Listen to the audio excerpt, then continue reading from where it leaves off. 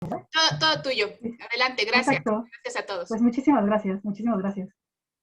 Pues buenas tardes, bienvenidos al cuarto coloquio dedicado a la reflexión sobre el arte, la mística y la profecía, cuyo objetivo es establecer y continuar cada primavera con un diálogo centrado en estas tres dimensiones. Este coloquio es el fruto de la iniciativa y entusiasmo de la querida y recordada profesora Tere Sevilla, en colaboración con 3 miembros de la Academia de Filosofía de la Universidad Iberoamericana Puebla, el profesor Milton Medellín, el profesor José Luis Camacho y su servidora, la profesora María del Sol Romano. Agradezco a todos los asistentes por su presencia e interés. También quiero agradecer a nuestra coordinadora, la profesora Diana Jaramillo, por todo su apoyo y a nuestras 3 ponentes por haber aceptado la invitación a este coloquio virtual en el que contaremos, en un primer momento, con la participación de la doctora María Belén Castaño, que nos presentará una ponencia sobre la concepción mística de la antropología en Fernando Rielo. En segundo momento, la estudiante Nayadi González nos hablará sobre el sonido del silencio y, finalmente, la doctoranda Georgina Mejía hará una propuesta comparativa entre Enriqueta Ochoa y Rumi en torno al erotismo y al cuerpo espiritual en su poesía mística. Antes de comenzar, es importante señalar que cada una de nuestras ponentes dispondrá de 20 minutos y al final de las 3 intervenciones se dejará un espacio para preguntas.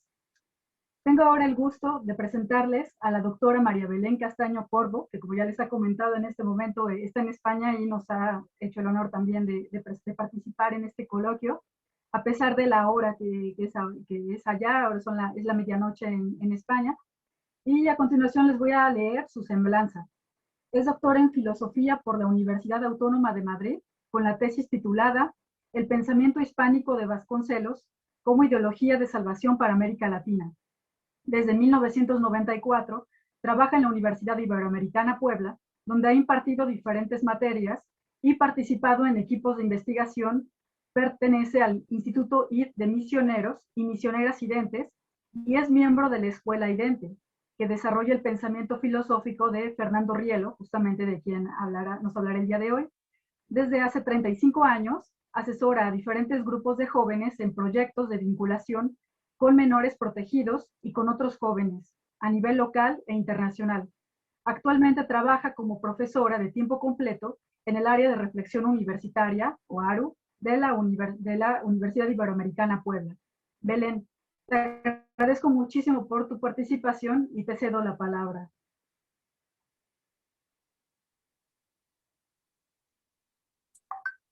Buenas tardes en México, buenas noches desde España.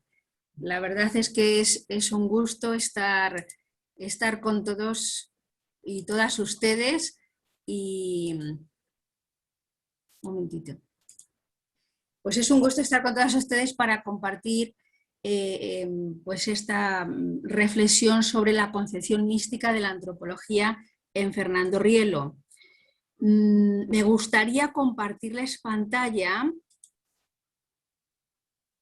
Me dice que el anfitrión inhabilitó la función de compartir las pantallas. No sé si me pueden permitir compartirla. Sí, Belén.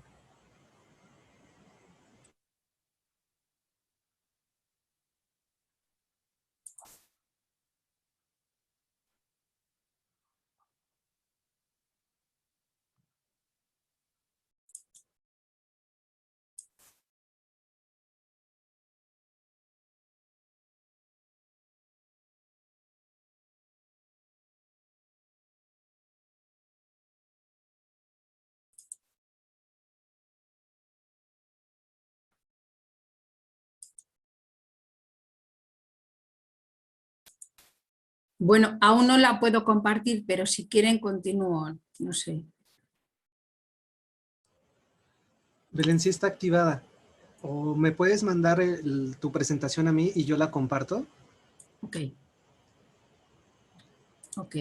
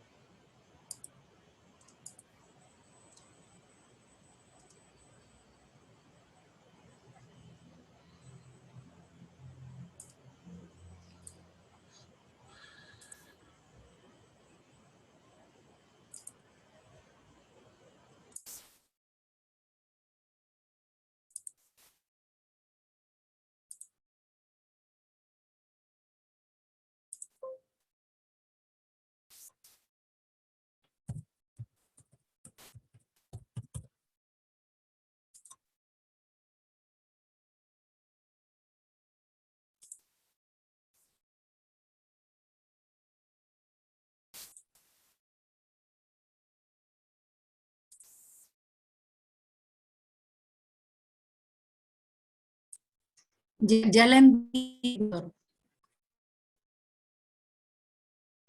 Ok, reviso.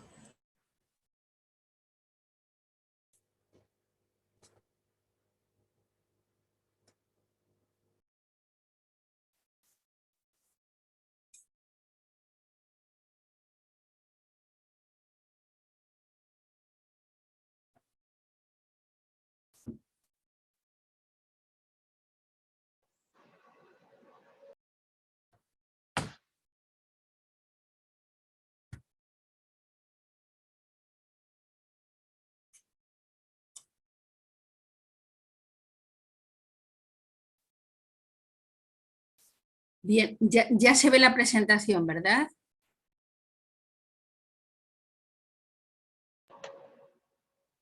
No, no se ve. Bueno, es que la está compartiendo Víctor. Ahora ya se ve. Bueno, yo no...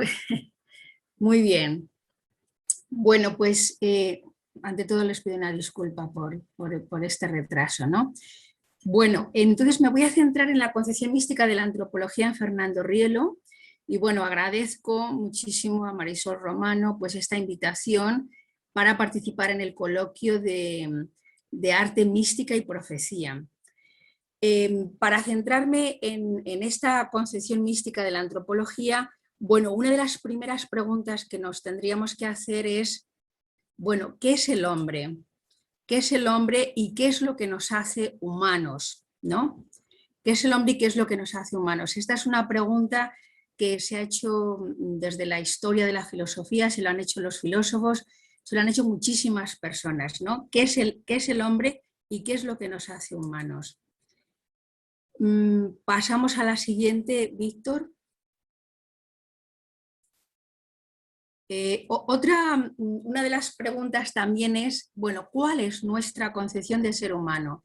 Desde Sófocles, ya en Grecia, él planteaba esta reflexión de que nada es tan misterioso como el hombre. Y podríamos decir también que existen muchas antropologías y muchos modos de explicar qué es el hombre. Si podemos pasar a la siguiente. Desde la perspectiva de Finance, podríamos reducirla esquemáticamente a dos.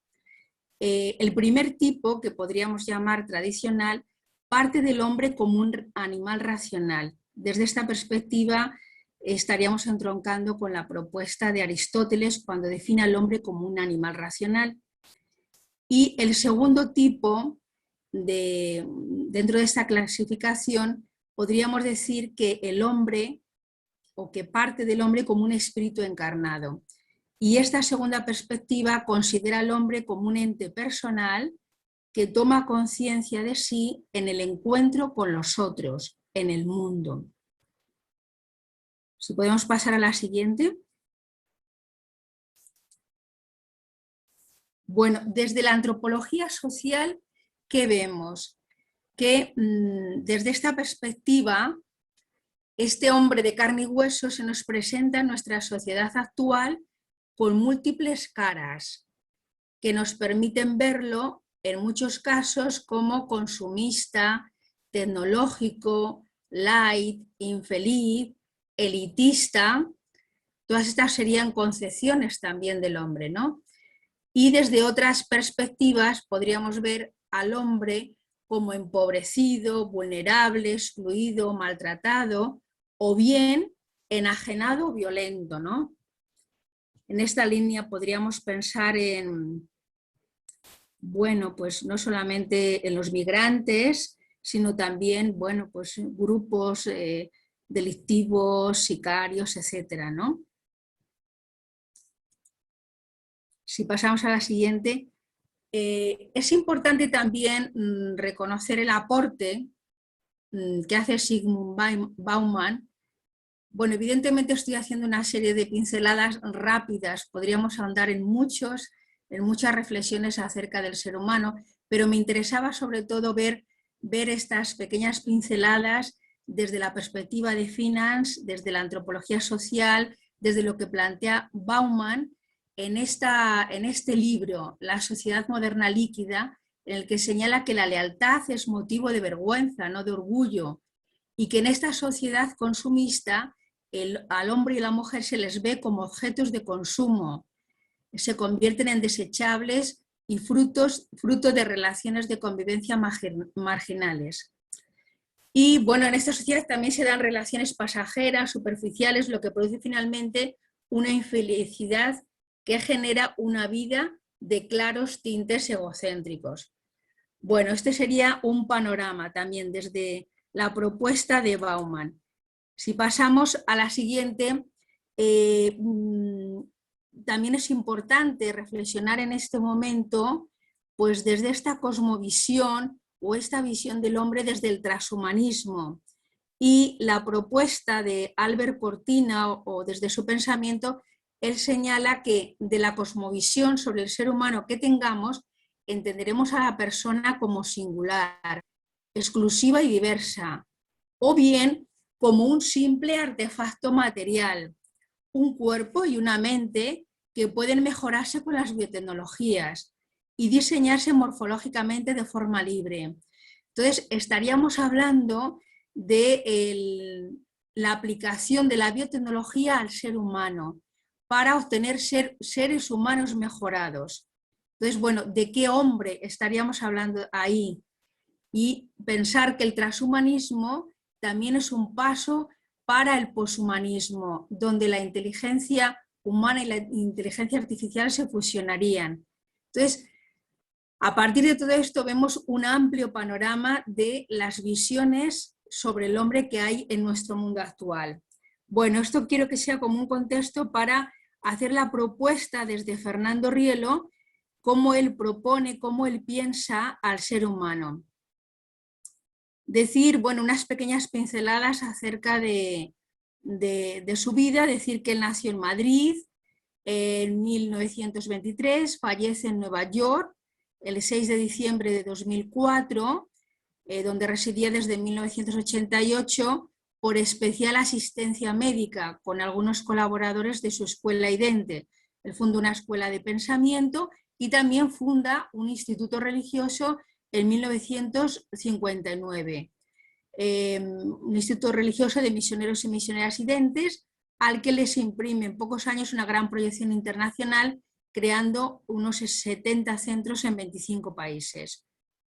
¿Qué se plantea Fernando Rielo en torno a todo esto? Él dice que, bueno, que el ser humano no puede reducirse a una estructura material, no solo es razón o inteligencia, o solo voluntad o deseo, o solo lenguaje o símbolo, o solo sociedad o cultura. De ahí que, bueno, el estudio del hombre ha de hacerse de una manera integral.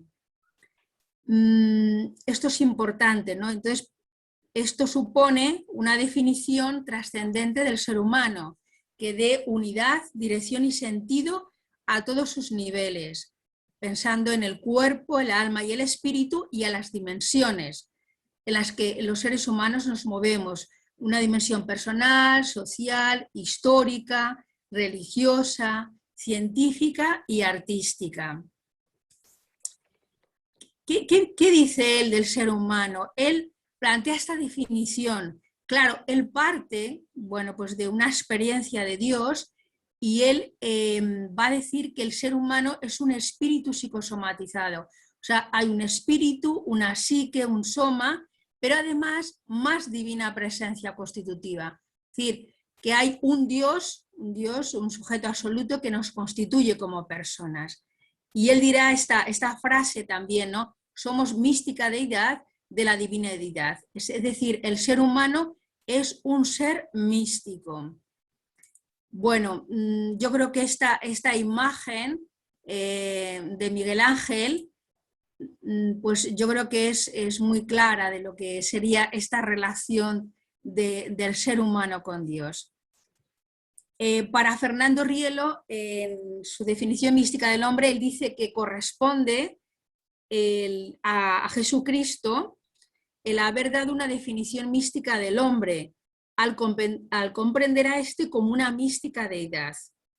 Y bueno, él se basa se basa, por supuesto, en el Evangelio cuando dice, no está escrito en vuestra ley, yo os digo, dioses sois, en Juan 10. Y bueno, es decir, si ser mística deidad de la divina deidad es que el ser humano hecho a imagen y semejanza de Dios.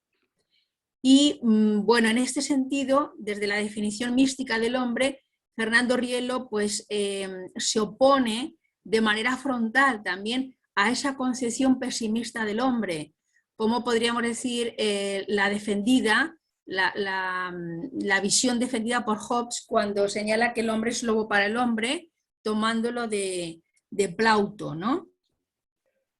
Por tanto, esta concepción del ser humano, digamos que es un espíritu humano que es creado, es decir, hay en el ser humano un elemento creado, que sería el espíritu, y un elemento increado que proviene de esa divina presencia constitutiva. Y que este espíritu humano, claro, es abierto formalmente al psicosoma del ser humano y trascendentalmente está abierto al absoluto. Bueno, para Fernando Rielo, ¿cómo él señala o cómo explica estos términos? Él va a decir que el espíritu es potencia de unión perceptiva y comunicativa. Es decir, nuestro espíritu es potencia de unión perceptiva y comunicativa.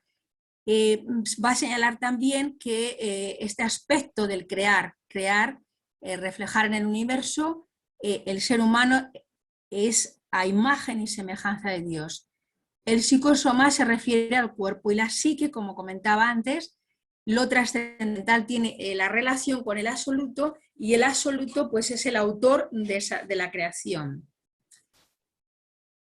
Bien, en relación a qué podríamos decir de la mística o cómo la entiende él, cómo la entiende Fernando Rielo, él considera que es la ciencia que trata de la actuación de la divina presencia constitutiva en el espíritu humano con el espíritu humano. Es decir, la acción de Dios en mí, conmigo, la acción de Dios en el espíritu humano con el espíritu humano. La presencia constitutiva del absoluto en el espíritu humano vivifica el espíritu mediante un patrimonio genético, es decir, tenemos un patrimonio genético que nos emparenta, nos une a este ser absoluto, para que nuestro espíritu psicosomatizado pueda responder a esa acción divina. Bueno, a muy grandes rasgos, él hace toda una explicación de las facultades humanas y de la estructura del ser humano, ¿no? Y va a señalar unas facultades humanas, señala la facultad humana intelectiva, la unitiva y la volitiva. Y va dentro de la intelectiva, él señala la creencia, dentro de la volitiva la expectativa y de la unitiva el amor. Y va a señalar una serie de funciones psicoespirituales y psicosomáticas. Yo no voy a entrar en esto ahora porque, bueno, ya aparte de que me he comido un poquito de tiempo, pero bueno, pues explicar que él hace toda una geografía del ser humano, hace toda una explicación desde las facultades humanas y desde las funciones psicoespirituales y psicosomáticas. Bueno, ¿qué implicaciones va a tener esto? ¿Qué implicaciones va a tener el pensar que el ser humano es un espíritu psicosomatizado más divina presencia constitutiva? Bueno, yo me voy a centrar sobre todo en un aspecto que tiene que ver con, con el ser humano cuando se afirma, ya lo hemos visto antes, que la esencia del hombre consiste en ser animal racional. Entonces, hay una pregunta que nos hacemos: ¿por qué somos incapaces de imponer la mínima racionalidad que se requiere para una pacífica convivencia? Es decir, y una pacífica convivencia que podríamos ver en muchísimos campos, ¿no? Y también esta pregunta: ¿por qué tan alto grado de incomunicabilidad entre los seres humanos si su esencia, como defienden muchos, consiste en el lenguaje comunicativo, en la sociabilidad y en lo simbólico? Bueno, ¿qué va a decir Fernando Rielo en relación a esto? dice que en esta relación de convivencia es necesario que entre los seres humanos veamos que nos debemos a unos a otros un culto dúlico. No estamos hablando del culto a los santos o el culto a Dios, sino un culto entre nosotros, un culto de dulía. Y esto se refiere a una forma de trato en la que nos reconozcamos como seres sagrados. Bueno, y bueno, para finalizar, decir que Fernando Rielo lo explica esto diciendo que él entiende por esta expresión la forma de trato o terapia o educacional que debe ejercer un ser humano con otro ser humano para que se haga presente en la sociedad una forma cultural de convivencia. Es decir, es necesario este reconocimiento. Si yo soy un ser sagrado, bueno, pues esto tiene un montón de implicaciones, ¿no? Implicaciones con lo que señalaba antes y respuestas a estas preguntas, ¿no? De el desarrollo o la propuesta transhumanista, la propuesta de ver seres humanos mejorados, etcétera, etcétera. Bueno, yo cerraría aquí porque no quiero comer más tiempo. Muchísimas gracias.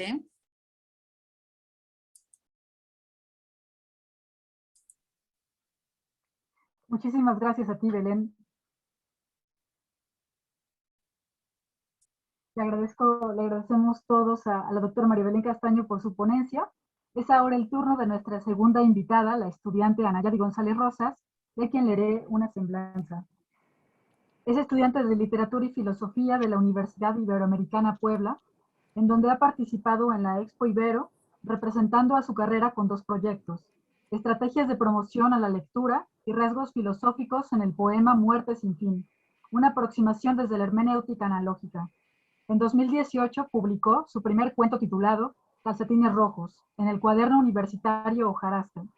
En este mismo año se convierte en empresaria de la industria cultural y creativa, con su empresa en producción musical y audio, Punto Azul, lugar en donde se unen sus 2 más grandes pasiones, la música y la creación. Realizó un diplomado en teología en la Universidad Iberoamericana Puebla y otro de Inicia o Consolida tu Empresa, en la Fundación Proempleo Productivo de Puebla. En el 2019 concluyó su participación en el curso de Lengua de Señas Mexicanas en Metimos Cultura Humana AC. En el 2020 participó en el curso en línea de los 5 lenguajes del amor en el Pontificio Instituto Juan Pablo II. Actualmente está grabando su primer disco con canciones de su autoría. Yadi, te agradezco muchísimo por tu participación y te cedo la palabra. Muchísimas gracias, Luisito. Primero que nada, hola a todos los que nos están viendo, familia, maestros, compitas. Gracias por estar aquí, aunque sea de lejitos. Me siento muy afortunada de compartir la mesa con la doctora Belén Castaño y la doctora Georgina Mejía Amador. Me da muchísima pena que no podamos estar lado a lado, pero les mando un fuerte abrazo a las dos y les agradezco el espacio, el pequeño lugarcito que hay para mi texto, en medio de 2 mujeres muy comprometidas con la literatura, la educación y la filosofía. Gracias, José Luis, por la invitación a participar en este 4º coloquio de arte, mística y profecía. Significa mucho para mí. Y bueno, antes de comenzar, quiero dedicar mi ponencia a mi querida amiga Teresa Sevilla, a quien le debemos gran parte de este espacio de diálogo. Y bueno, muchísimas gracias, maestra, por siempre confiar en nosotros y por ese abrazo que me regalaste aquel día. Y bueno, elegí el tema del silencio porque considero que cabe muy bien en estos 3 pilares de los que estamos hablando. Está presente en el arte, toma un sentido profundo en la mística y por supuesto que lo podemos encontrar en el lamento y la imaginación profética. Sin embargo, mi ponencia se va a inclinar un poquito más hacia el arte, que descubre en el silencio un contexto capaz de posibilitar formas del decir, ¿no? Que a lo largo de la historia humana ya místicos, poetas y músicos han intentado o han logrado desgarrar la función normal del discurso. Y sus silencios no son necesariamente ausencia de palabra o sonido, sino la presencia insólita de las cosas que parece que no podemos expresar. Mi ponencia se titula El sonido del silencio, con una historia que les contaré más tarde. Y bueno, yo preferí imprimir mi ponencia porque no me fío de las computadoras, la verdad, y qué tal que explota en cualquier momento. Y bueno, voy a continuar a leer mi texto. Aquí vamos. Cantar es empezar un enunciado como quiero ponerme bien, yo no nací en vano y tú tampoco. Thomas Merton. Con un profundo miedo a caer en las trampas del lenguaje y a que el sentido de mi escritura se reduzca a una lectura literal, me enfrento una vez más al hoja en blanco con la sensación de que es la primera vez. Vacía y perfecta, no deseo ensuciarla con vagos pensamientos y he rezado porque el silencio se asome de entre mis palabras. Lo que escriba o no proviene de una genuina inquietud sembrada hace algunos años en un pequeño taller impartido aquí mismo en la universidad por el poeta Javier Sicilia, donde comenzamos leyendo poemas maravillosos para escuchar con cuidado el aliento de viejos poetas y sentir el ritmo musical de sus versos. La verdad, hasta ese día yo no conocía nada sobre la vida de Sicilia e ignoraba que tras el asesinato de su hijo había abandonado la actividad poética diciendo lo siguiente. Por el silencio de los justos, solo por tu silencio y por mi silencio, Juanelo, el mundo ya no es digno de la palabra. Es mi último poema, no puedo escribir más poesía. La poesía ya no existe en mí. En estas últimas palabras, el poeta no ha sido liberado del peso de lo indecible, sino al contrario, recae en él de manera dolorosa. En el taller también nos contó que en una rueda de prensa con motivo de los desaparecidos, alguien levantó la voz diciendo, ya supérenlo, ya es un tema viejo. En ese instante Sicilia se levantó y salió del lugar sin decir palabra alguna, completamente enfermo de cólera. ¿Cómo se atreven, frente a las familias de más de 43 personas desaparecidas, decir cualquier cosa? Para él, las formas del lenguaje habían sido despedazadas por la violencia de nuestro país y frente a la desolación de la palabra intentó abrazarse al silencio. Sin embargo, en un mundo en el que el lenguaje se ha convertido en una vana murmuración y donde es posible poner sobre una misma superficie un meme que un afiche de un desaparecido, no existe lugar para el silencio. Estamos constantemente empujados a reaccionar, a comentar, a dar una opinión acerca de todo. Y así, como si nada, agentes del ruido difunden en febrero del 2022 las fotografías del feminicidio de Ingrid Escamilla. Y comentarios como se lo merecía y si estaba ahí era porque quería, no se dejaron esperar. Para gran parte de la sociedad actual, la vida se desenvuelve con el ruido y para el ruido. Y en este sentido, las circunstancias nos han llevado a preferir espacios y compañías ruidosas para evitar el miedo a la soledad y al aislamiento, inevitables ahora en tiempos de pandemia. Distanciarse de esta forma de vida que acosa inevitablemente a toda persona se vuelve un imposible, más aún cuando el silencio no es comprendido y la propuesta actual nos ofrece atrayentes ofertas de escape. No es ni la primera ni será la última vez que un escándalo de mierda azota la capacidad humana de escucha. El ruido de las aeronaves, el llanto, la persecución y finalmente el estallido de las bombas genocidas paralizaron a la palabra. Ni una poesía después de Auschwitz, dijo Theodor Adorno en Crítica de la Cultura y Sociedad. Pues frente al rostro indecible de la guerra, escribir poesía parecía un acto trivial, frívolo e impertinente. Cuando la palabra pierde su poder expresivo frente al horror, callar no tendría por qué entenderse únicamente como el fracaso de la poesía. No olvidemos que el silencio puede también presidir a la palabra, y en este sentido la renuncia no es sino un grito que no encuentra respuesta ante el dolor provocado por la desgracia. La muerte y el sufrimiento exigen silencio, y la actitud callada de quienes lo presencian no solo es señal de respeto, simpatía, sino también es una postura frente a la vanidad de toda palabra. ¿Ese silencio es momentáneo? ¿Es solo la pausa antes del grito de rabia o se puede convertir en la respuesta misma? Ahora bien, el lenguaje que ha quedado aniquilado no es el único lugar donde el silencio puede florecer. También la poesía, que está en tensión permanente entre la palabra y el silencio, puede ser una ventana abierta a la esperanza. En medio de tantas ofertas se necesitan espacios de contemplación, de encuentro, de crecimiento y de reconciliación. Escuchar necesita silencio, como la presencia profunda necesita soledad. Implica silenciar los muchos afectos alborotados que nos habitan hoy en día. Y ante todo esto debemos descartar de nuestra consideración al silencio como simple ausencia de todo lenguaje o ruido, ya que también es capaz de abrirnos al asombro. El asombro que en muchas tradiciones es el camino a la sabiduría, pero hoy parece un lujo, al igual que el silencio. Cuesta trabajo procurarlo, despertarlo y cultivarlo, especialmente entre nosotros los jóvenes, acostumbrados a la acumulación promiscua de espectáculo tras espectáculo. Y por ello, décadas más tarde de la Segunda Guerra Mundial, un poeta español aún atravesado por el silencio escribiría Auschwitz, que me gustaría mucho que lo escucharan en voz del poeta, porque el aliento de León Felipe es estremecedor y porque si lo leo yo misma, lloro. Así que por favor, Vic, ¿podrías ponerme el audio?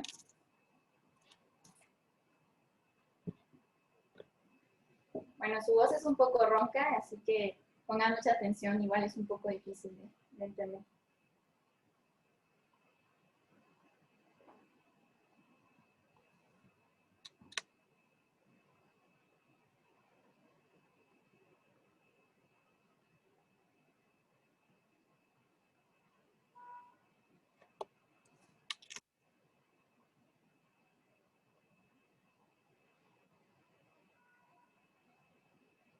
¿Se escucha?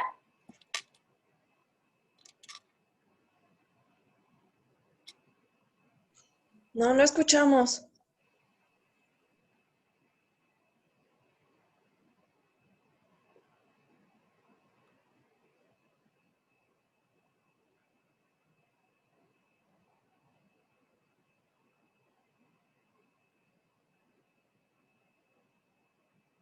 Bueno, no pasa nada, si no lo leemos. Vic quiere que llore. Lo voy a volver a compartir. Y Muchas gracias, Vic. me avisas, Jerry, si se escucha, ¿no? Por favor. Sí, gracias.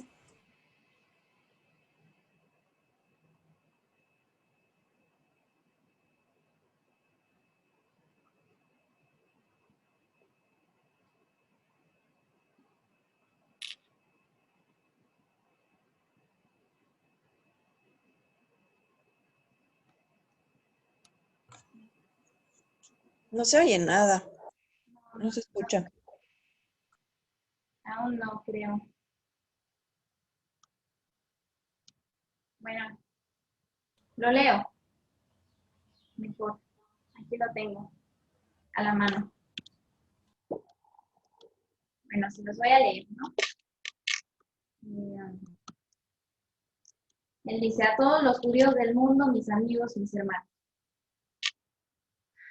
Estos poetas infernales, Dante, Blake, Rimbaud, que hablen más bajo, que toquen más bajo, que se callen. Hoy, cualquier habitante de la tierra sabe mucho más del infierno que estos tres poetas juntos. Ya sé que Dante toca muy bien el violín, o el gran virtuoso, pero que no pretenda ahora con sus tercetos maravillosos y sus endecasílabos perfectos asustar a ese niño judío, que está ahí, desgajado de sus padres, y solo, aguardando su turno en los hornos crematorios de Auschwitz. Dante, tú bajaste a los infiernos con Virgilio de la mano. Virgilio, gran Cicerón, y aquello vuestro de la Divina Comedia fue una aventura divertida de música y turismo. Esto es otra cosa, otra cosa. ¿Cómo te explicaré? Tú no tienes imaginación. Tú no tienes imaginación. Acuérdate que en tu infierno no hay un niño siquiera, y ese que ves allí está solo sin Cicerón, esperando que se abran las puertas de un infierno que tú, pobre florentino, no pudiste siquiera imaginar. Esto es otra cosa. ¿Cómo te diré? Mira, este es un lugar donde no se puede tocar el violín. Aquí se rompen las cuerdas de todos, los violines del mundo. ¿Me habéis entendido, poetas infernales? Virgilio, Dante, Blake, Rimbaud. Hablad más bajo, tocad más bajo. Shh, callaos. Yo también soy un gran violinista y he tocado en el infierno muchas veces, pero ahora, aquí, Rompo mi violín y canto. Gracias.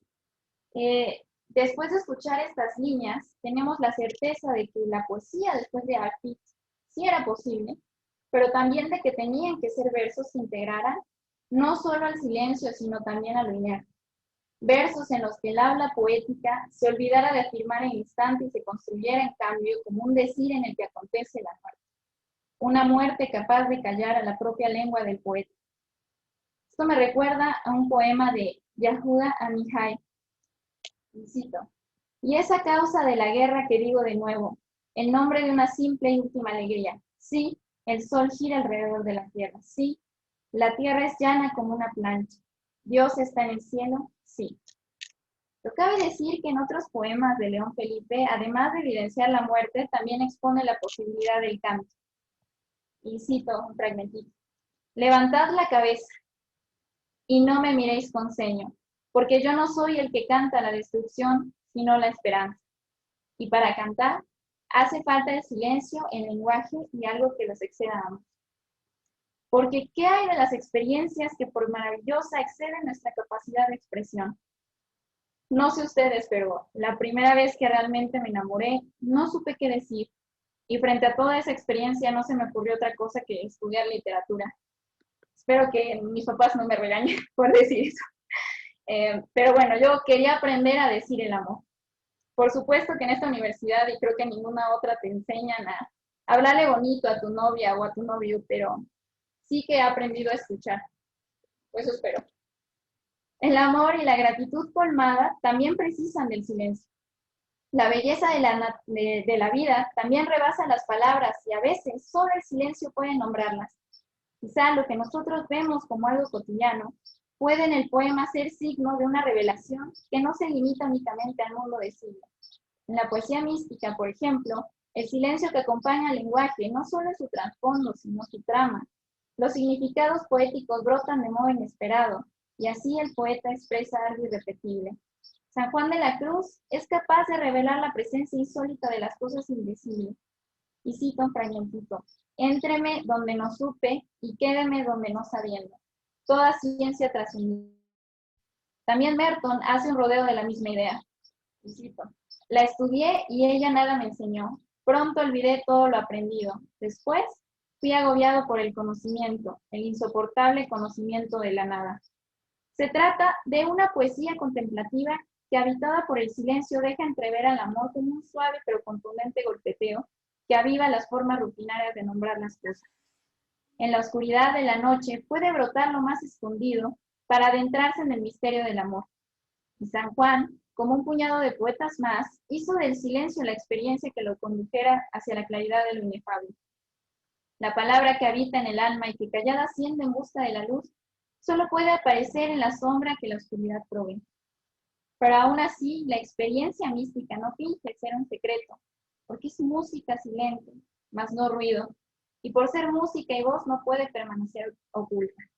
De esto da razón la poetisa española Chantal Maillard, cuando dice: la voz callada no es algo que, pudiéndose decir, se guarda en secreto. La voz callada no tiene contenido alguno.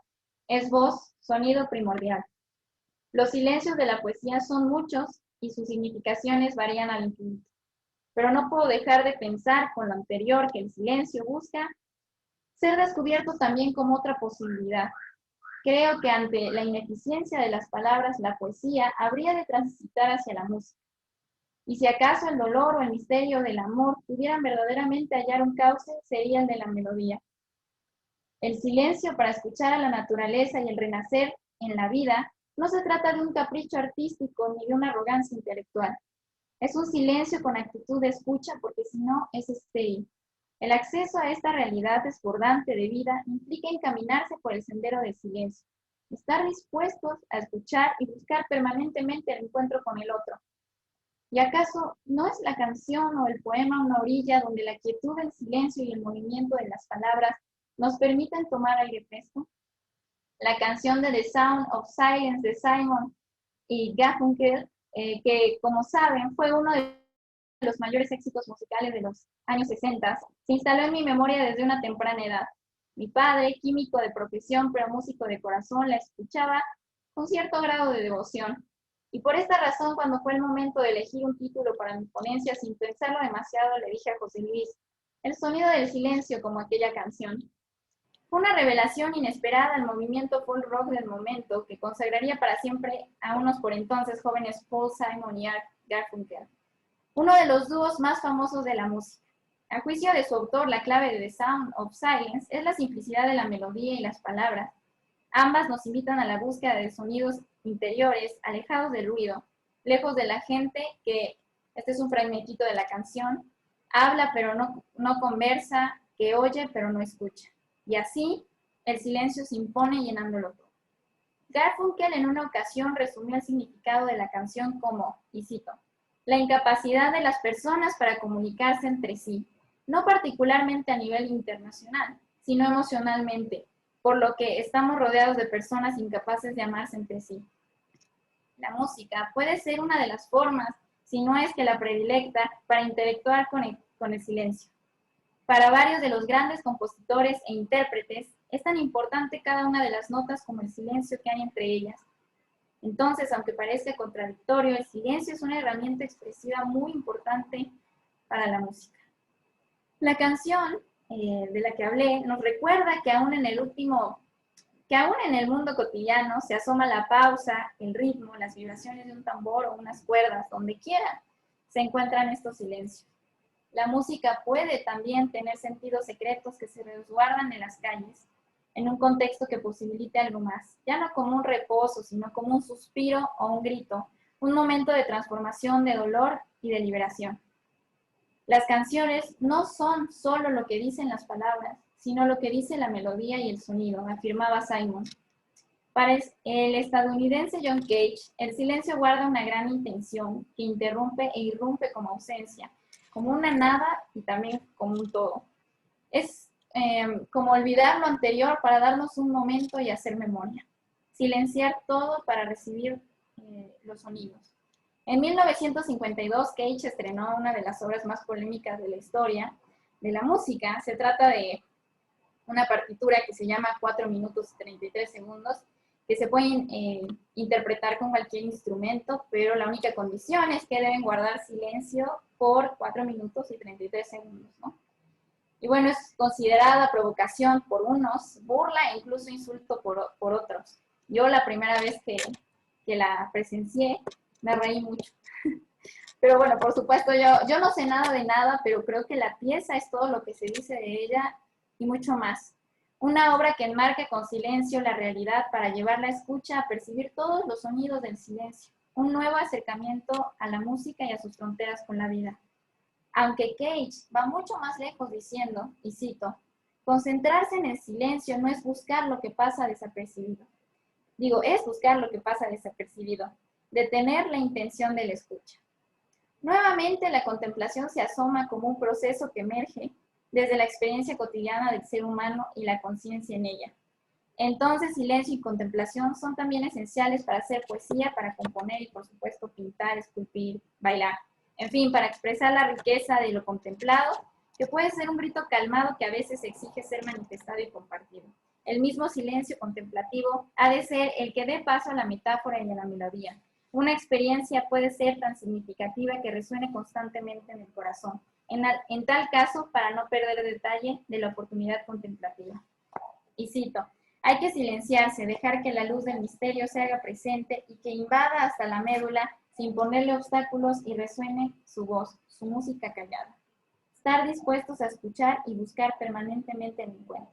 El mismo Cage sugiere que para entrar en esta dinámica hay que dejarse llevar por lo que sugiere el silencio, con sencillez y transparencia, suspendiendo incluso el deseo, porque la contemplación no parte desde la necesidad de la persona, sino desde la experiencia del amor. Incluso la renuncia de la poesía que antes mencionaba, parte también de esto y no como podemos pensar del rechazo frente a la muerte. En perspectiva cristiana, el misterio del Verbo encarnado es necesariamente una revelación acerca del humano. Y cito este fragmentito muy querido por mi mamá de la carta de San Pablo a los Corintios. Si yo hablara lenguas humanas y angélicas y no tengo amor, vengo a ser como metal que resuena o címbalo que retiñe. Y si tuviera profecía y entendiera todos los misterios y todo conocimiento, y si tuviera toda la fe, de tal manera que trasladara los montes y no tengo amor, nada soy. Y si repartiera todos mis bienes para dar de comer a los pobres, y si entregara mi cuerpo para ser quemado y no tengo amor, de nada me sirve. Entonces, claro que si el arte no es un fruto del amor, carece de sentido, y si en las expresiones humanas más elevadas se puede ocultar la arrogancia y la ambición, y de vez en cuando algún poeta o músico saquea el misterio de su oficio, ¿qué nos espera a nosotros que para quitarnos la comezón nos entusiasmamos debatiendo en redes sociales? Y perdónenme que lo diga, pero dudo que algún día el amor se asome desde dentro de nuestra computadora. Aún teniendo todas las posibilidades comunicativas, estamos desconectados de lo más esencial. Y bueno, voy a citar precisamente a Fernando Rielo, de quien habló la doctora, y dice así: la técnica no puede alcanzar mi alma, aunque estrellas y Pleiades alcance. Mi estrella única está mucho más lejos, con su invisible paso de ala amante. Y aunque quisiera, no busco con mi texto hacer una rigurosa exposición de las razones por las que las redes sociales son incapaces de ocuparse de los asuntos más graves y trascendentes de la existencia, como la vida, la ética y la espiritualidad.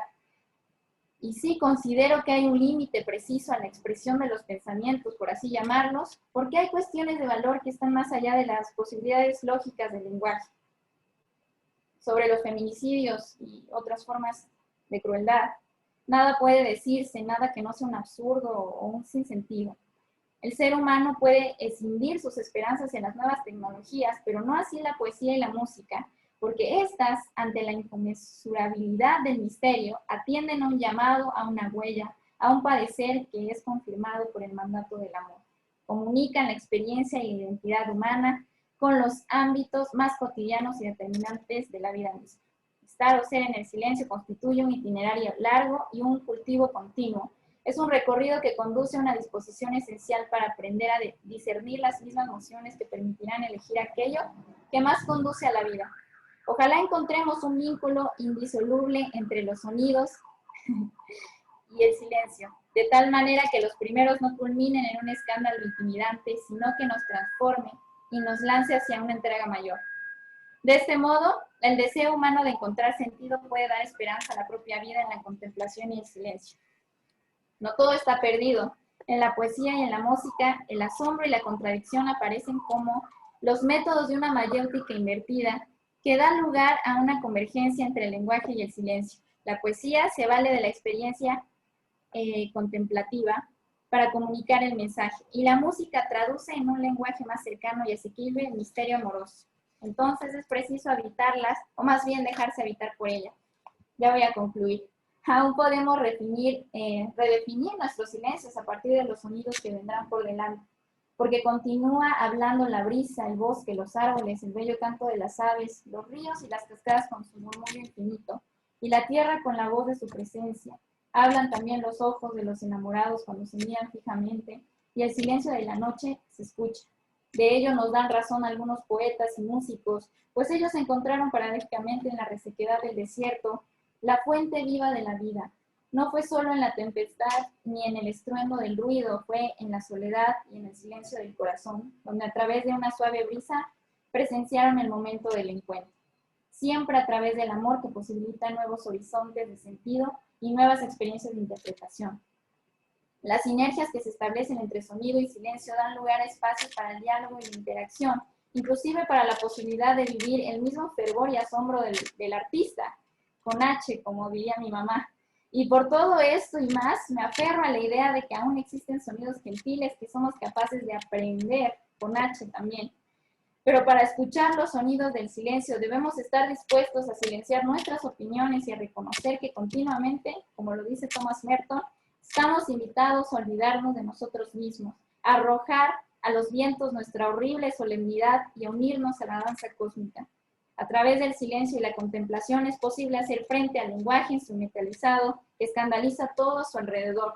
Y no pierdo la esperanza en la palabra viva y reconozco en la poesía y también en la música un signo visible para todos los hombres y mujeres del misterio que sigue aconteciendo en lo cotidiano de nuestra realidad humana. Y termino con una frase de Thomas Merton: el mundo de los hombres ha olvidado las alegrías del silencio, la paz de la soledad que es necesaria hasta cierto punto para la plenitud de la vida humana. Muchísimas gracias por el espacio. Muchísimas gracias a ti, Yadi, con todo lo que nos has compartido, además con el cariño que lo has hecho también, por eso te lo agradezco doblemente. Es ahora el turno de nuestra tercera y última invitada, la doctoranda Georgina Mejía Amador, de quien leeré una semblanza. Es licenciada y maestra en letras por la UNAM y está por obtener el título de doctorado en letras también por la UNAM. Sus líneas de investigación comprenden la literatura medieval, germánica y la literatura mística islámica de tradición persa. Es docente e investigador independiente y ha publicado varios artículos y ensayos con estas temáticas. Georgina, te agradezco de verdad muchísimo por tu participación y te cedo la palabra. Sí, muchísimas gracias a ustedes también por la invitación, por haberse puesto en contacto conmigo. Perdón. Ya vi Milton anda por ahí, pues le agradezco mucho la invitación también. Y gracias a todos pues por su presencia y su paciente escucha. También pues a las compañeras, y voy a rescatar algunos puntos de las participaciones de ustedes. De la doctora Belén, me interesó mucho justamente esta cita que hace de Rielo respecto a que el hombre es un ser místico, y el hecho de que pues el ser humano está hecho a semejanza e imagen de Dios. Eso creo que me va a servir mucho para uno de los puntos de los que voy a partir ahorita en mi charla. Y de Yadi, pues me llama mucho la atención también pues este oxímoron, esta paradoja también del silencio que dice, ¿no? O de que hay tanto por decir, o hay tanto que no puede decirse ni aprenderse, que es mejor guardar silencio. Entonces, me van a servir esas ideas para ir aterrizando lo que les voy a presentar. Bueno, les recuerdo el tema de mi plática. Más que un título, pues es un tema. Voy a hacer una comparación bastante arbitraria, pero ahorita les voy a platicar por qué, entre una poeta mexicana del siglo XX, Enriqueta Ochoa.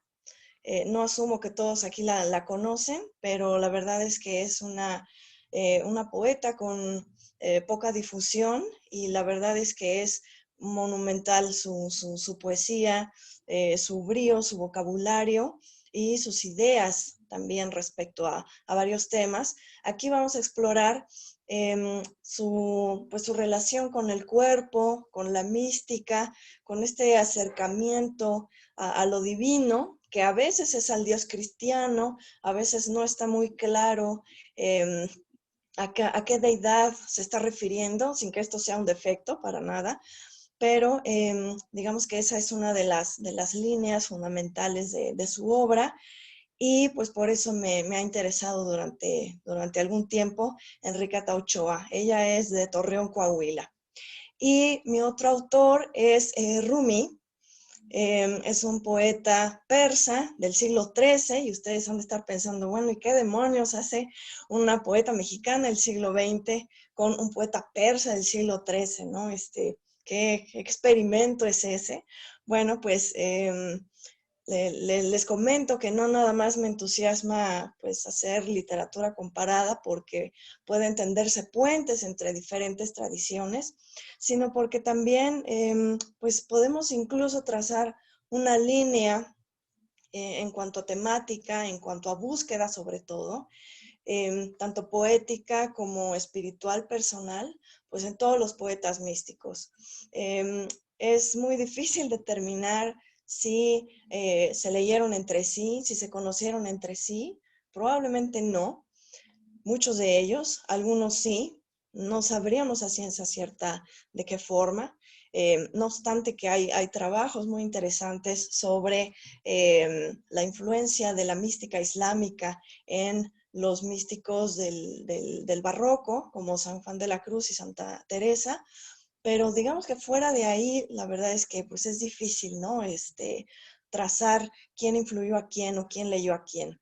Pero yo muy consciente de esto, tanto de que puede no haber influencias directas, como de que sí hay un espíritu, una búsqueda, una línea poética entre pues que es común a los poetas místicos, pues por eso yo me atrevo a hacer esta comparativa, a ver qué sale, ¿no? Es un experimento completamente. Y pues yo veo varias cosas en común entre Enriqueta y Rumi, separados geográfica, temporalmente, de manera muy evidente, de manera brutal, pero pueden hermanarse en varios puntos.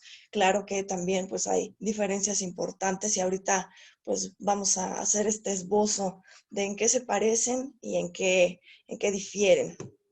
Bueno, entonces pues lo que les voy a presentar es una comparación sobre un eje entre estos dos autores, Enriqueta Ochoa y Rumi, y este eje es el de cómo concibe cada uno de ellos el cuerpo.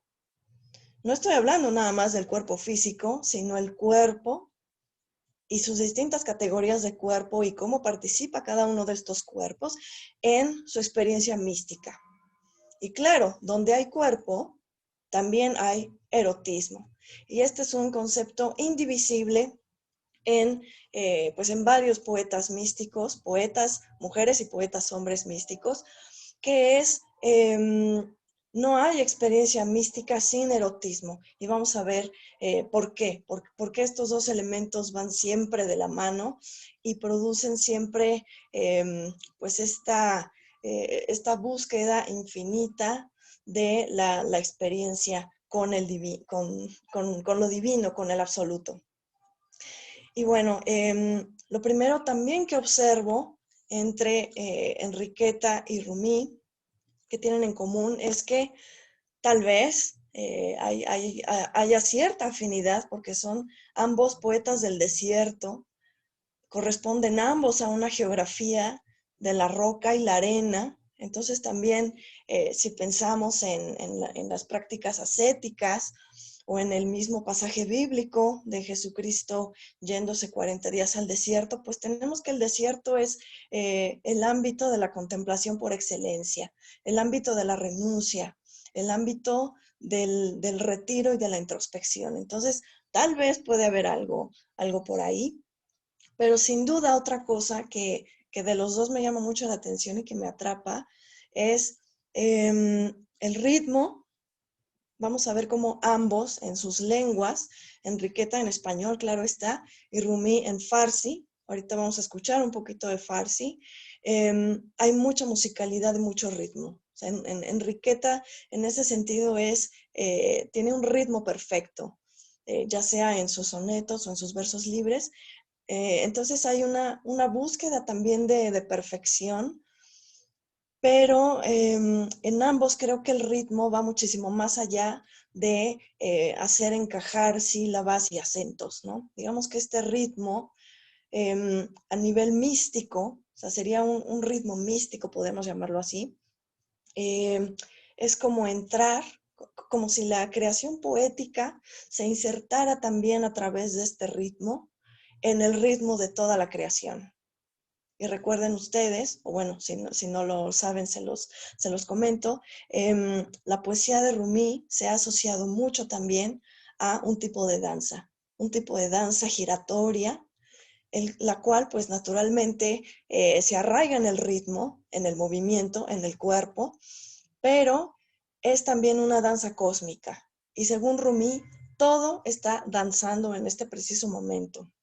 Como ya nos decía la compañera Yadi en su ponencia, pues todo es música, todo está ahí moviéndose, danzando, pues rítmicamente. Entonces, al momento de componer poesía, de leer esta poesía, ese ritmo también verbal, musical, fonético, se inserta en ese ritmo cósmico también de la creación. ¿Y cómo es posible que la experiencia mística a través del ritmo y a través de la palabra, pues cómo es posible que tenga lugar también en un ámbito físico? Pues es a través del cuerpo también. Entonces, vamos a ver que hay diferentes tipos de cuerpo. Bueno, les platico primero que toda mi investigación doctoral ha sido en torno a la danza y la poesía de Rumi. Y ahí fue, al momento de centrarme en este tema, en este objeto de investigación, ahí fue donde yo fui encontrando diferentes nociones de cuerpo.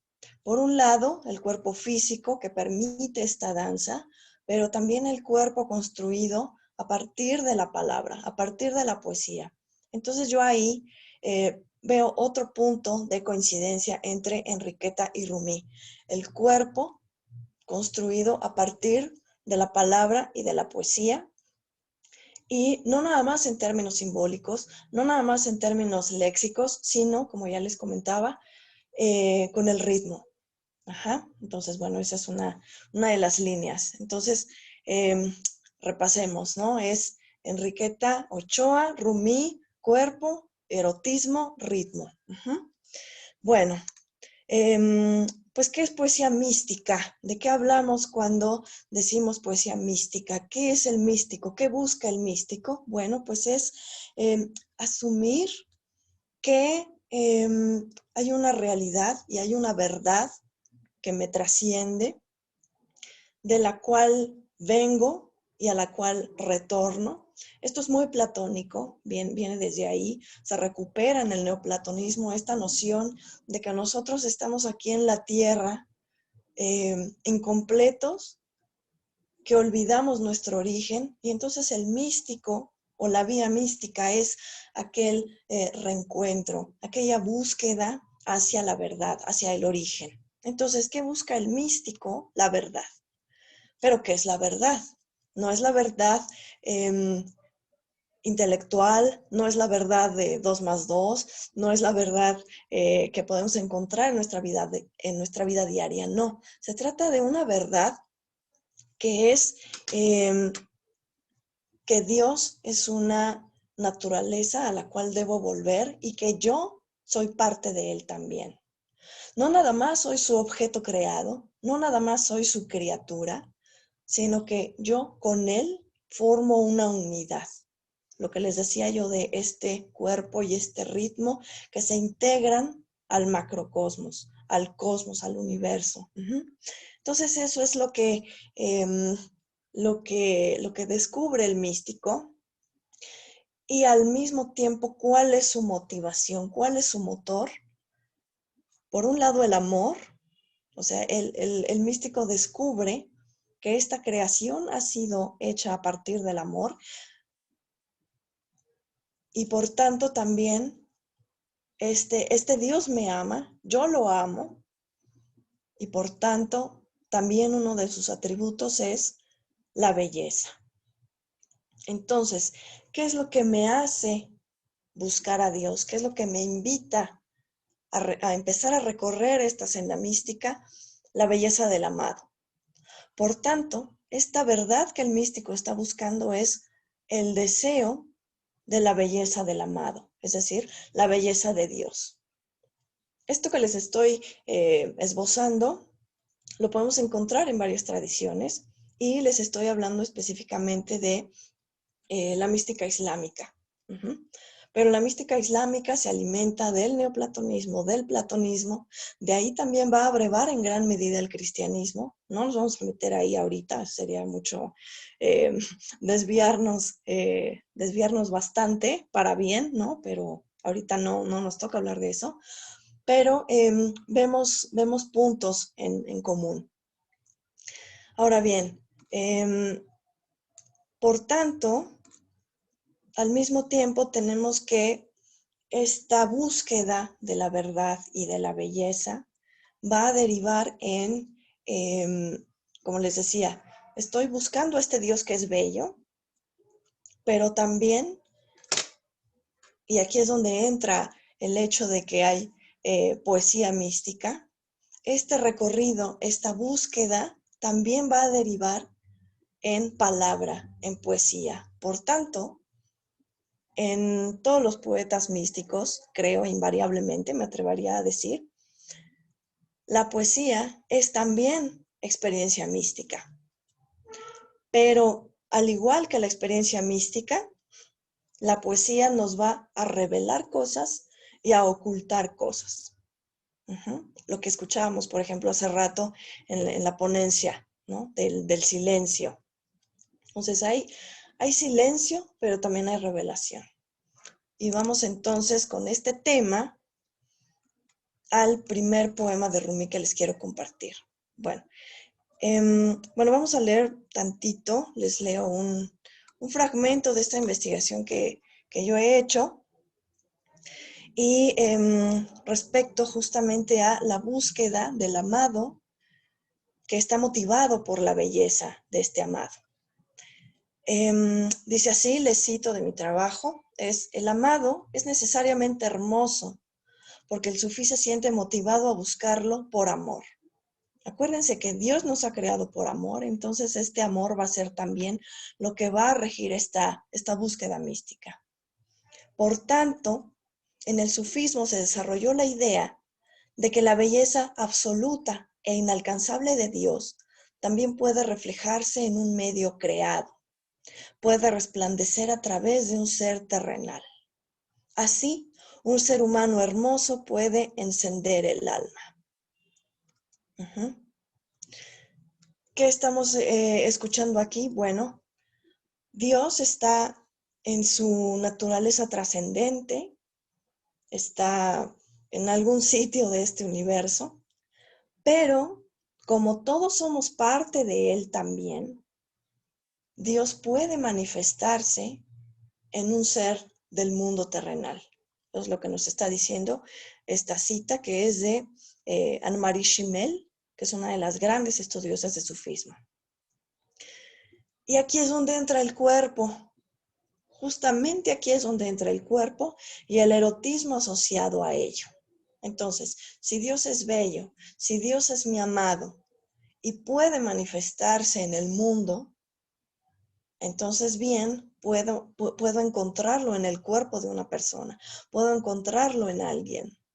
Puede no materializarse, no encarnarse, sino como si fuera una luz que se descompone en varias pequeñas luces. Ese sería más o menos el símil que podríamos utilizar aquí. Entonces, para Rumi, este ser hermoso, este ser amado, este ser corpóreo que refleja las cualidades de este Dios bello y amoroso, va a ser su maestro Shams de Tabriz.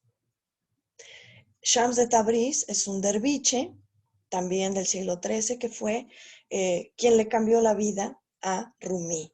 Le enseñó muchas cosas, le enseñó a transgredir lo que él ya sabía y comenzó a conducirlo en esta búsqueda de lo divino. Entonces, no podemos escindir entonces la unión mística de la unión erótica, porque el cuerpo del amado terrenal y celeste está impregnado de esta pulsión erótica. Y entonces vemos que este macrocosmos se refleja como un espejo en un microcosmos terrenal. Y dice Rumi en uno de sus poemas: anoche me dejaste y te fuiste a dormir tranquilo. Esta noche das vueltas en la cama fingiendo estar dormido. Te había dicho que estaría contigo hasta el día de la resurrección. Dime aquellas palabras que me dijiste cuando ebrio estabas. Es precioso este poema. Y fíjense nada más las imágenes que nos está describiendo. En primer lugar, ¿a quién le habla? ¿Le habla a Dios o le habla a este amado terrestre que es su maestro Shams de Tabriz? Y vean también la tremenda carga erótica del verso. Esta noche das vueltas en la cama fingiendo estar dormido. Dime aquellas palabras que me dijiste cuando ebrio estabas. No sabemos si están durmiendo juntos, no sabemos si están durmiendo en la misma habitación, en camas separadas, no lo sabemos. Esa es gran parte del ocultamiento, de la no revelación y de la secrecía de la poesía que también nos ofrece Rumi en muchísimas ocasiones. Sus versos son polivalentes, no sabemos realmente en qué contexto estamos. Lo que importa es que este amado, ya sea divino o terrestre o ambos, le hizo una revelación mística, pero ya no quiere decirle nada. Dime aquellas palabras que me dijiste cuando ebrio estabas. Y ahora finges estar dormido. ¿Sí lo ven? ¿No? Hay un cuerpo ahí, pero también hay un secreto. Y es justamente este secreto, este revelar, ocultarse, revelarse, mostrarse para luego esconderse. Eso va a ser imprescindible y uno de los ejes de la mística y del erotismo. En el erotismo y en la mística, el deseo no se consume. Porque, a ver, imagínense que yo quisiera ver a Dios, se me aparece Dios y ya. Ya no hay deseo, ya no hay más búsqueda, ya se acabó el encanto. En el erotismo es lo mismo. Cuando ya se consuma la unión, pues ya como que pierde chiste ahí, la pasión, todo eso ya se va bajando, ¿no? En términos mundanos. Y por eso existe esta revelación y este ocultamiento. Es como, sí te doy, sí me muestro, pero luego me retiro. Y por eso es que siempre se va a desear aquello que falta. Por tanto, el mecanismo erótico del lenguaje funciona como ocultamiento. Y regreso a este verso. Dime aquellas palabras que me dijiste cuando ebrio estabas. Y la revelación funciona según en qué medida y con qué frecuencia se dé. Por eso el deseo de Dios no se agota. El lenguaje poético se convierte en la herramienta que intenta una y otra vez hablar, sin éxito, de la revelación que le fue manifestada. Por tanto, quien queda mudo es el amante, es el poeta, incapaz de recrear las palabras ebrias del amado, a la vez que él juega a revelarse y ocultarse para incitar este deseo de la unión. Otro poema de Rumi. El día que tu amor me vuelva loco, más endemoniado estaré que los demonios. La sentencia de tu pestaña hace con mi corazón lo que no hace el poeta con la punta del cálamo.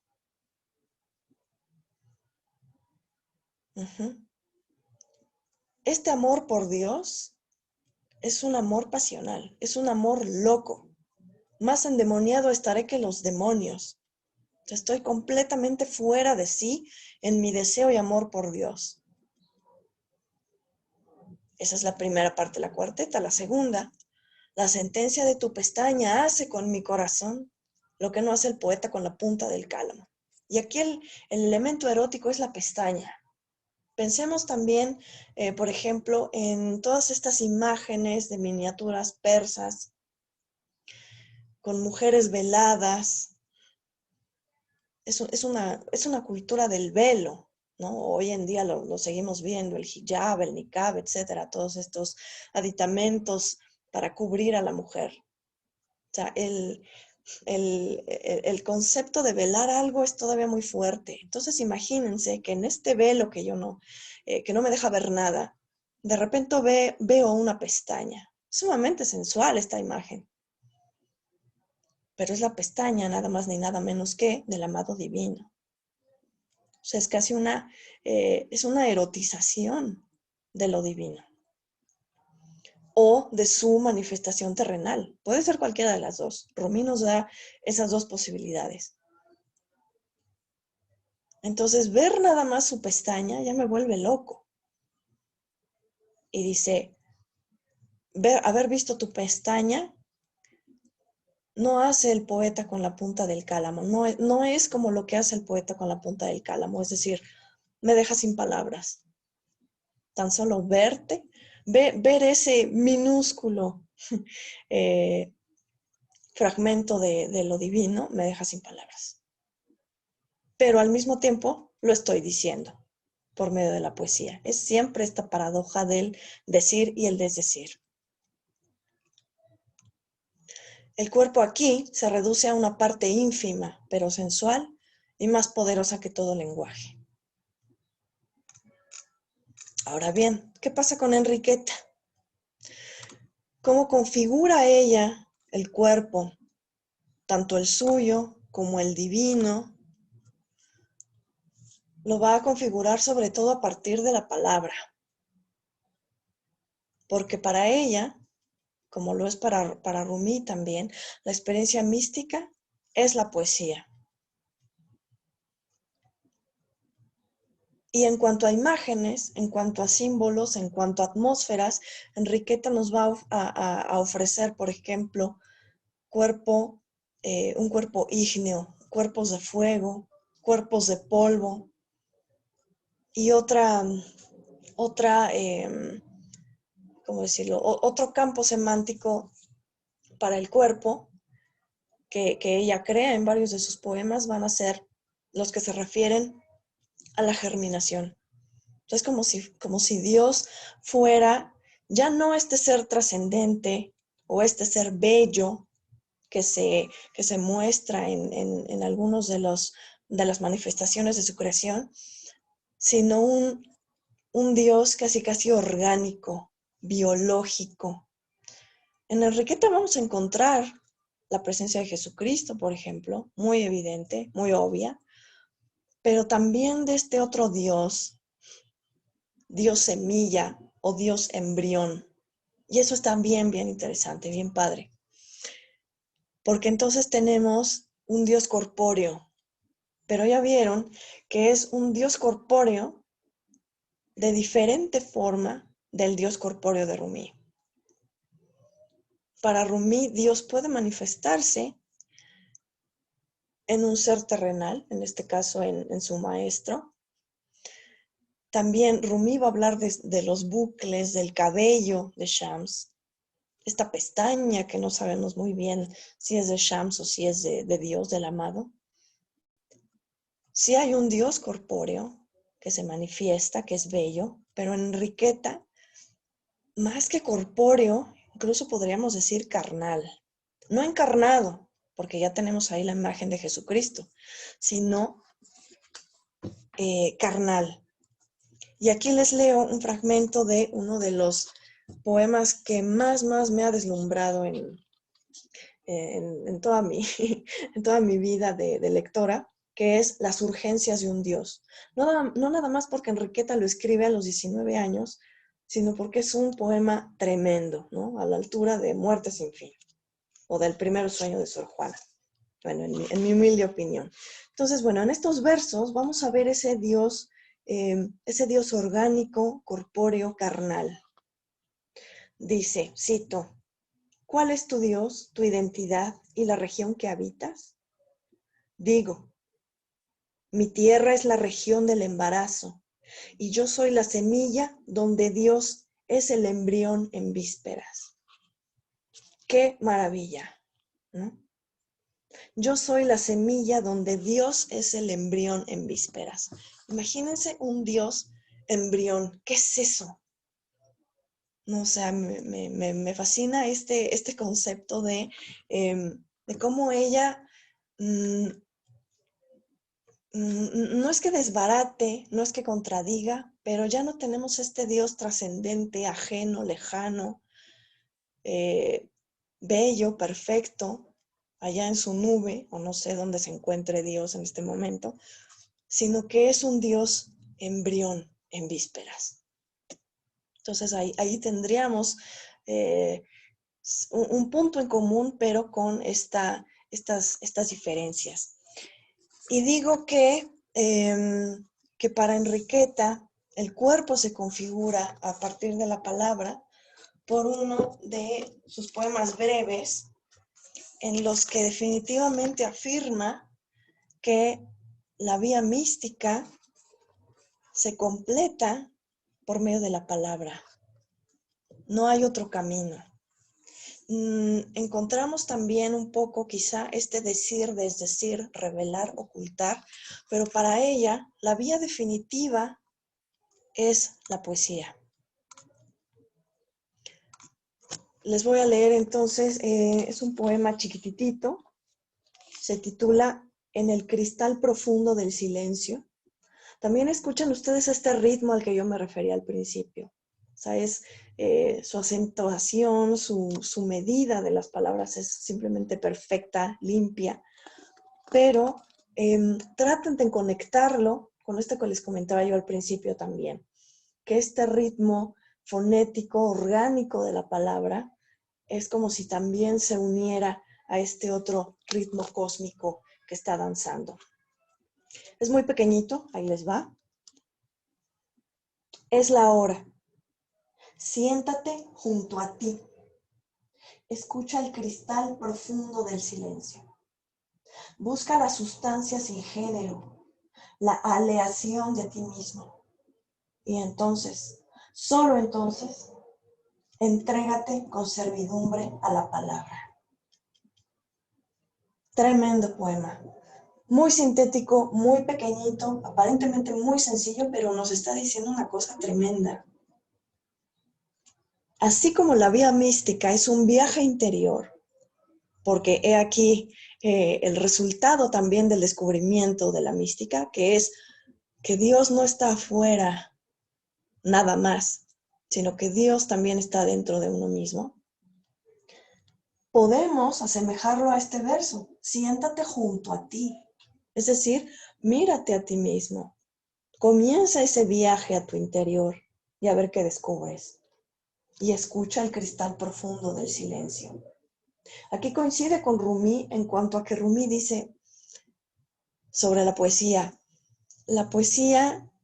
es más que las imágenes, más que los símbolos, más que la palabra, más que el sonido.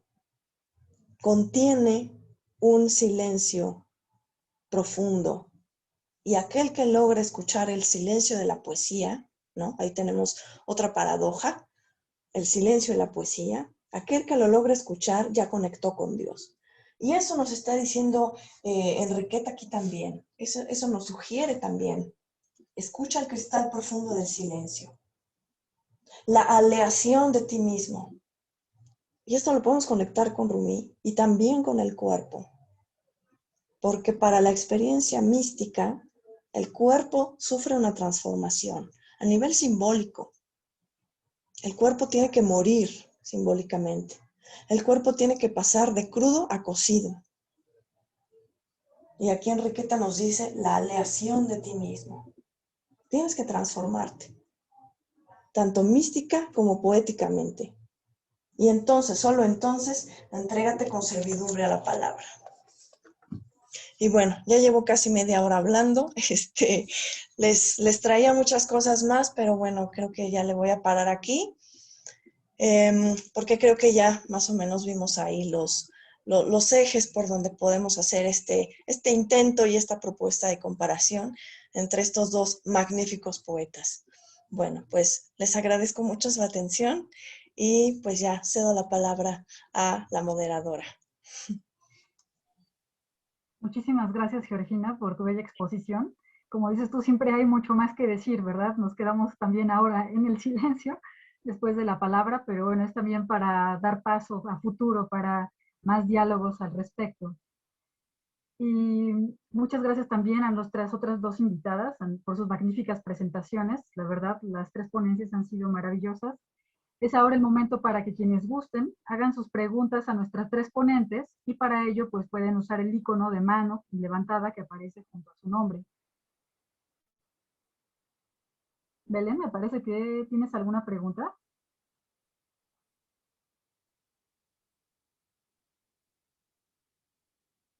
¿No?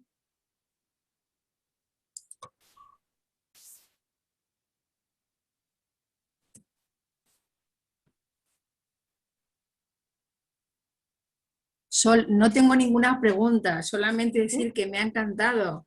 Me ha encantado esta presentación que ha hecho, bueno, ambas, la de Yadi y Georgina, porque desde Fernando Rielo, él es un auténtico promotor de la poesía mística, ¿no?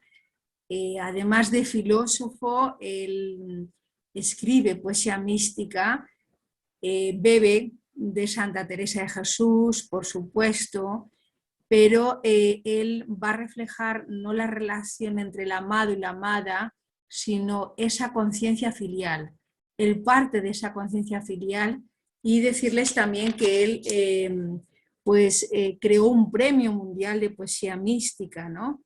Y bueno, pues ya va por su 38 edición, ¿no? Entonces, bueno, pues me parece que esto sí es muy importante, esta convergencia con las propuestas de ustedes y pues desde el planteamiento suyo también esa invitación al silencio, ¿no? Una de sus frases es: el silencio de Dios es el mejor de los discursos, ¿no?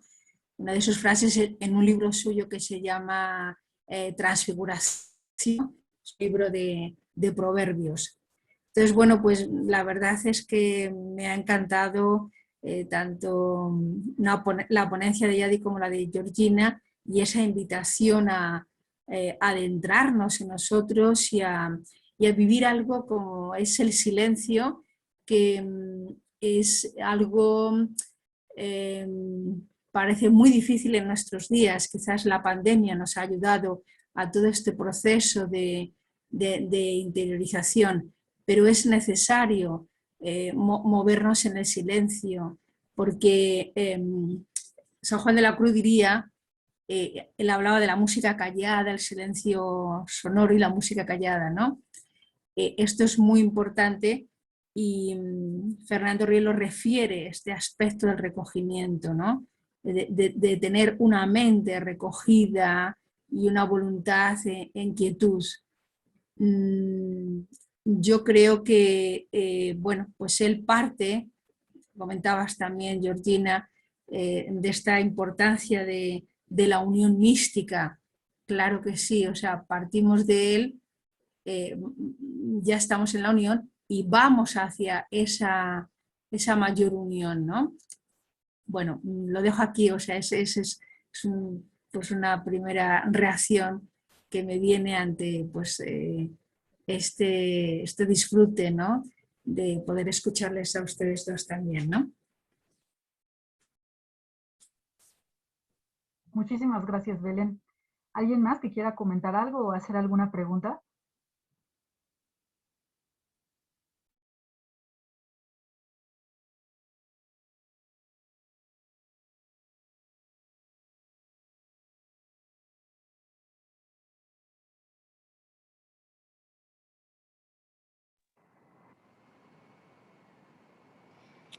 Yo Sí, Yadi. quisiera ver si Georgina nos pasaría algunos poemas que pudiéramos leer, porque definitivamente uno se queda picado con estos dos poetas.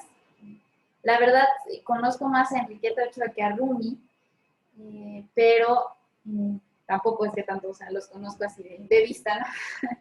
Y pues sí, si tienes unas lecturas que nos puedas recomendar para seguir leyéndolos, y ahora desde esta perspectiva que nos presentaste, como esta relación que tienen, o esto que comparten, está muy interesante realmente. Entonces me gustaría muchísimo seguir leyendo alguna cosa que nos quieras compartir. Sí, claro que sí. Bueno, les platico que estoy en un proyecto de algunos poemas de Rumi, fragmentos, ilustrarlos con una ilustradora muy, muy interesante.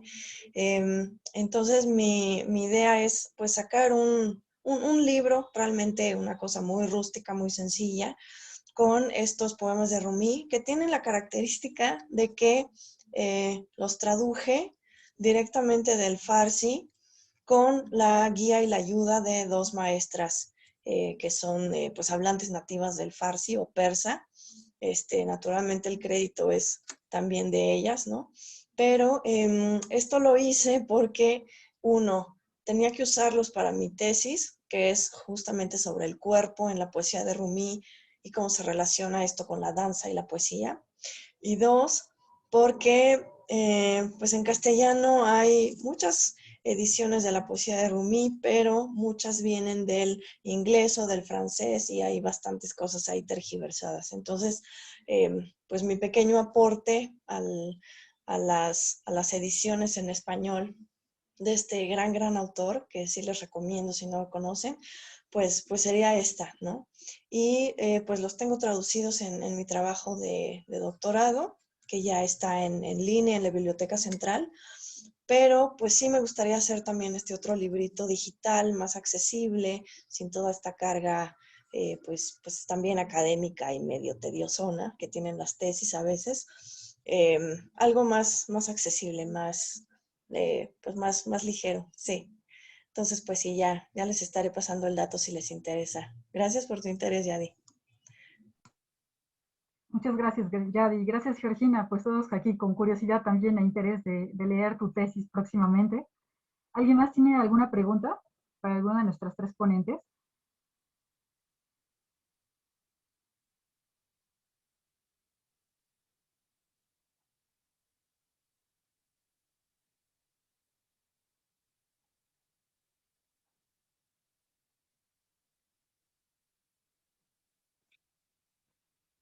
Me parece que no, ¿verdad? Me pongo la cámara. Si no hay más preguntas, entonces bueno, lo dejaremos aquí, hasta aquí. Pero como lo hemos dicho, desde el principio nos quedamos sin palabras, ¿verdad, Georgina, Yadi, Belén? Siempre hay mucho más que decir, pero bueno, estamos justamente en estos temas que nos llevan también al silencio, y nuevamente a la palabra y nuevamente al silencio. Entonces, bueno, esto es la idea de este coloquio, es para continuarlo cada año y para seguir con esta interesantísima reflexión. Entonces, bueno, no nos hemos detenido aquí, sino que siempre hay manera de continuar con esto. He puesto la cámara para verlas. Y si no hay ninguna otra pregunta, les agradezco muchísimo a todos por su participación, tanto a nuestras queridas ponentes, que fueron unas exposiciones magníficas. La verdad, yo supongo que todos, al igual que yo, hemos quedado muy contentos y maravillados por todas sus palabras, porque no solamente es un alimento intelectual, sino que también es algo para el espíritu. Entonces, por eso es doblemente rico, ¿no? Todo lo que hemos visto el día de hoy.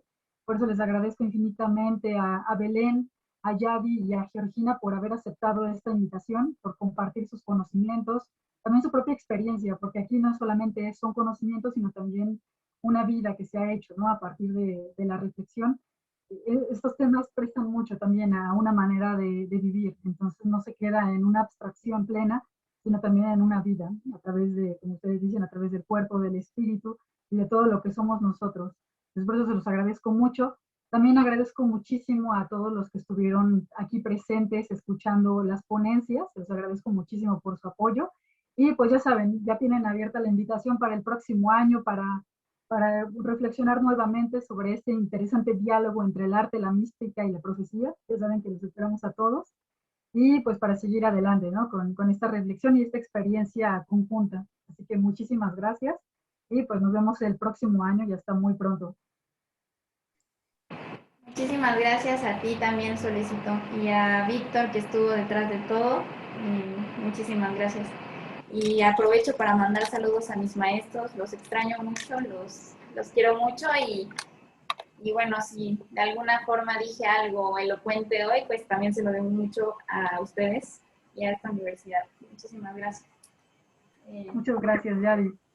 Y bueno, y también como hemos dicho al inicio y como también Yadi lo ha remarcado, también en memoria de nuestra profesora Teresa Villa, que siempre estuvo entusiasta, ¿no? Para que esto diera inicio y continuidad. También le agradezco, como lo he dicho antes, a nuestra querida coordinadora Diana Jaramillo, por siempre estar apoyándonos y pues darle también marcha a este interesantísimo coloquio. También agradezco mucho a mis compañeros, a Milton y a José Luis, por continuar con esta iniciativa, ¿no? Que también es algo importante, de no cerrar nunca este diálogo y esta reflexión y esta experiencia, ¿no? Que también se los agradezco mucho. No sé si alguien más, no sé si tú, Diana, quieres decir algo. No, la verdad es que los dueños las dueñas de la palabra y la sensibilidad, como decía yo en el chat, las tuvieron ustedes. Muchísimas gracias, nos dejan muy conmovidos, con mucho que pensar y sobre todo en esta época pues se vuelve un regalo que les agradezco yo a nombre propio y a nombre de la licenciatura en Literatura y Filosofía. Gracias por habernos compartido esta tarde. Gracias, Sol, gracias también a ti por tu generosidad. Muchas gracias. También gracias a Víctor, que estuvo aquí apoyándonos. Gracias, Víctor. Sí. Gracias, Milton. Gracias a todos. Buenas noches. Un punto importante. Muchas gracias. Hasta luego y seguimos en comunicación el próximo año en nuestra próxima reunión. Que estén muy bien todos. Hasta luego. Pues muchísimas gracias y un abrazo muy fuerte desde España, para todas. Gracias a ti, Belén. Gracias. Buenas noches a ti. Hasta luego. Gracias, Saludos a muchas todos. gracias. Muchas gracias. Soy José Luis, nada más que estoy en la cuenta de mi esposa. Un saludo, muchas gracias. Gracias, José Luis, infinitas. Gracias, José Luis y Ela. Qué gusto. Georgina, cuando salga tu libro nos dices, ¿no? Sí, por favor. Sí, sí, Ya sí. sea por medio de Milton que nos platique o que te comuniques o lo que sea. No, desde ahorita, ojalá que pudieras presentarlo con nosotros, lo que podamos ayudar para la presentación, por favor. La verdad es que nos hemos quedado muy interesados en tu tema de investigación y en lo que nos puedas compartir. Gracias. Sí, bueno. Ya tienes el correo, así que... Sí, ya andamos en contacto. Dale, muchísimas gracias. Una bonita tarde. Conocerlas. Sí. Hasta luego, gracias. Bonita tarde a todas. Yadi, hermoso. Bye. Hasta luego, gracias, doctora Belén, también por desvelarse. Hasta con luego. nosotros. Hasta luego. Hasta luego. Adiós, qué gusto, Un Gracias, abrazo. Belén, de verdad. Muchas gracias. Un abrazo muy fuerte, Sol, Sí, un abrazo a todas. Vale.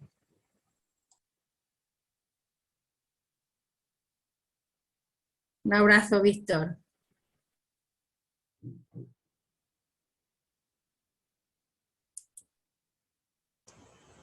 Igualmente, Belén. Ahí, estaba apagado el micrófono.